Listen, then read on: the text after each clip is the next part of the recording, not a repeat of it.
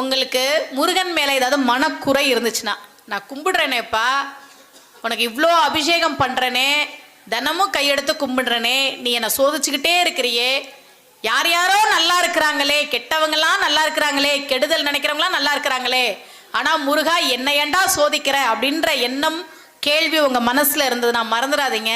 நீங்கள் ஒரு சாதாரண சோடா புட்டியாக இருக்கிற வரைக்கும் முருகன் உங்களை திரும்பி கூட பார்க்க மாட்டான். ஆனால் நீங்கள் தங்க காசாக இருக்கிற போதுதான் அத்தனை சோதனைகளையும் கொடுத்து நீங்கள் தங்கம் என்பதை உலகிற்கு அவன் உணர்த்துவான். அதுக்காக மட்டும்தான் அந்த சோதனைகள். முருகன் என்னுடைய பெருமையை இந்த உலகுக்கு உணர்த்துறதுக்காக, நம்ம தங்கமாக இருக்கிறதுனால தானே இவ்வளோ சோதிக்கிறான். சோடா புட்டியை யார் எடுக்க போறா? யாரும் எடுக்க மாட்டாங்க. அதனால முருகன் என்னதான் அவன் சோதிச்சாலும் கண்டிப்பாக கைவிட மாட்டான்.